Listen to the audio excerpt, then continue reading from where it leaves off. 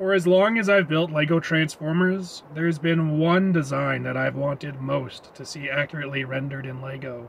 For years, I challenged myself, trying time and time again to do this model justice, never quite getting it right. And as impressive as it was to see talented builders like Optimus and Flickr pull it off, suddenly the impossible had been done, and the appeal was lost on me. But after a long foray into miniature builds, I returned to minifigure scale with my passion for the project refreshed.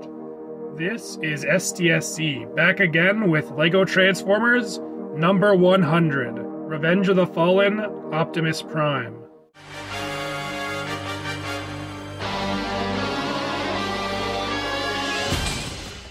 Back when I hit LEGO Transformer number 50, I celebrated by building my mini-movie Optimus. At the time, I had lost interest in trying to make the design at minifig scale, and was fully invested in my mini Transformers. It's a build I'm still very proud of. But last year, when I made my new G1 Optimus and decided to return to making minifig scale builds, I felt it was time to return to movie Optimus again. I actually started this build last summer, right around the time I'd completed my G1 Jazz and Starscream. At the time, progress stalled as I reached the arms, and I became too busy with other projects to keep working on the build. But as Transformer 100 drew nearer and I needed a build worthy of the occasion, I remembered my movie Optimus I had left half finished and got to work. Before I get into it, I want to mention that I got a lot of help from Starscreamer on this build. He actually built it for himself so he could work on it simultaneously. I won't break down every contribution he made, as the video would become incredibly long and boring, but he collaborated with me on just about every aspect of the build. Here we have Optimus in his truck mode.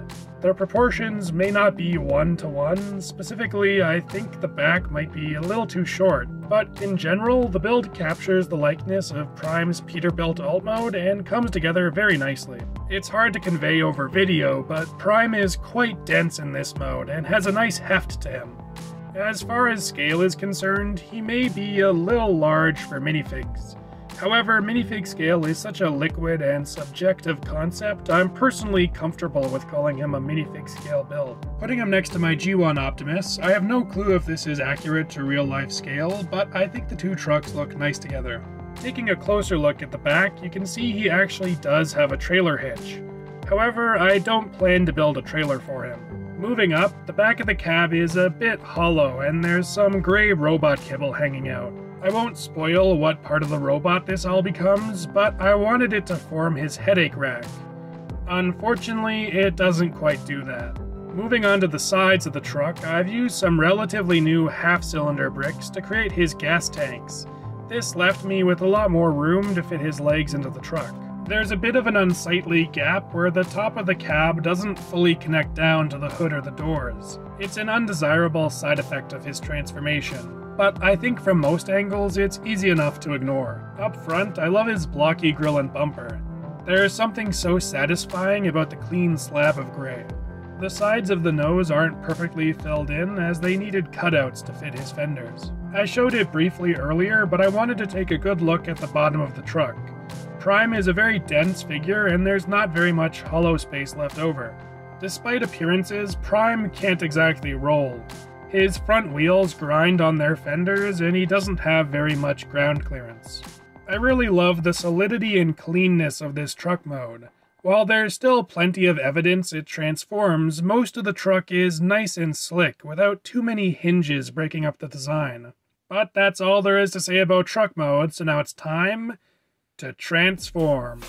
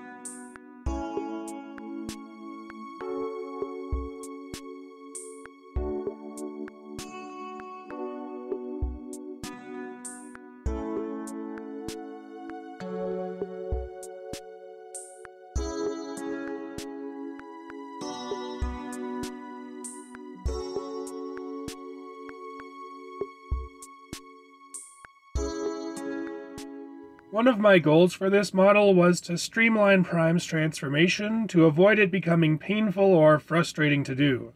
While it's more complex and difficult than my G1 conversions, I think I succeeded at keeping Prime's transformation reasonable, and it results in an incredibly accurate robot mode. There certainly are missing details, but I've managed to capture all the most important aspects of Prime's design, and he has some good lean proportions. One of my first decisions for the model was that I wanted part of the sleeper cab to form his leg panels, as it reduces the amount of kibble on his back and allows for the legs to be beefed out. The gray robot kibble on the back of his sleeper cab that I focused on earlier ends up forming part of his feet. Originally I wanted his whole foot to end up on the back of the cab, but in the end it just made more sense to use the grille and bumper as the bulk of the foot. You can see on the insides of his ankles, I was able to add the little circular details he has there. His ankles are hollow in the back, but he's plenty stable, and I think it's an acceptable loss for an otherwise very successful transformation. Focusing on his torso, he does use a fair number of faux parts. His red abdomen boxes more or less occupy the same part of the truck as his arms, so to give the arms more space to breathe, I ended up faking the abs. Below them, he also has a set of faked headlights. The chest, however, is all real and very accurate. The one awkward detail is that his doors are solid blue panels. Unfortunately, I couldn't fit any more detail on them. I didn't realize the flag panels I've used for his shoulder spikes came in unprinted light gray until a couple days before filming. So with no time to place a bricklink order, I ended up scrubbing the print from my duplicate pair of Falcon wings. Looking at the arms, it was important to me that his door shoulder pads sat properly. Often they sit at too steep an angle, and I wanted to avoid that pitfall on my Prime. The forearms are rather blocky, which may seem out of place on Movie Prime. However, I wanted to keep them simple and solid. Looking at him from behind, he has a relatively clean and compact backpack. As so much of the sleeper cab forms his legs, he's left with only manageable small back panels. The rear fenders also tuck away beneath the panels so that only a small amount of red is visible wrapping around the gas tanks. The head is one Starscreamer contribution I do want to specifically call out. He came up with this head build for me, and I think it captures Prime's likeness really well. Comparing Movie Optimus to his G1 counterpart, he's about a head taller. I didn't put these two next to each other until Movie Prime was done, and honestly I was surprised he wasn't even taller. Still, he's clearly a fair bit bigger and rather imposing. For accessories, I've built Prime's gun, pair of swords, and matrix. Prime's gun is supposed to transform into his gas tanks, but for what I assume are obvious reasons, I didn't include that feature. I tried to keep the build rather simple, and it clips onto Prime's finger. I believe in the movie he has two of these, but I decided to just build the one. His swords are basic snot builds and can easily stud onto his hands. I didn't bother with having him be able to hold them, as I think the wrist-mounted look has always been way cooler. The Matrix is the same basic 3-part build I used when I made my Mini Fallen. It can't fit in Prime's chest, but he can hold it, or I guess give it to Sam.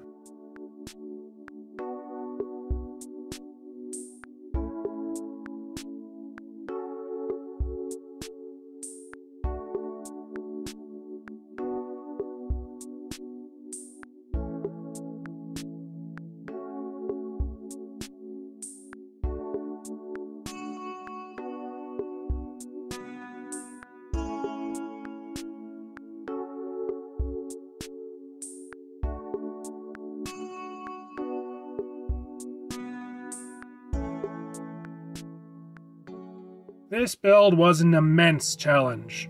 Whereas most Transformers designs have one or two hard parts that the rest of the build has to work around, Movie Prime is kinda all hard parts. I found myself often running into dead ends, and more than once I had to put the build down and take a break. Sorry, my bad. But in the end, and in no small part thanks to the help I got from Starscreamer, I was able to come up with something that I think is incredible. Both modes are accurate and clean, and the transformation between the two is manageable. In Robot mode, I feel that he almost comes close to looking like a non-transforming model. My one major disappointment is that I wasn't able to fit any real ankle articulation, However, with how the legs transform and the size of the model, I think that's an acceptable sacrifice. It feels great after all these years to finally have my own rendition of this Optimus in this scale that I'm fully happy with. He stands tall and proud, and I think is a fitting choice for LEGO Transformer number 100. I'm sure many of you are wondering what I'll build next, and if there will be more minifig scale movie builds. However, I have to disappoint you all by saying that for the foreseeable future, I don't plan on making any more. Movie Prime is uniquely special to me, and at this moment, there aren't any other Bay designs I'm particularly interested in building, but that could always change. Anyways, thank you all for watching my 100 LEGO Transformers, and here's to 100 more.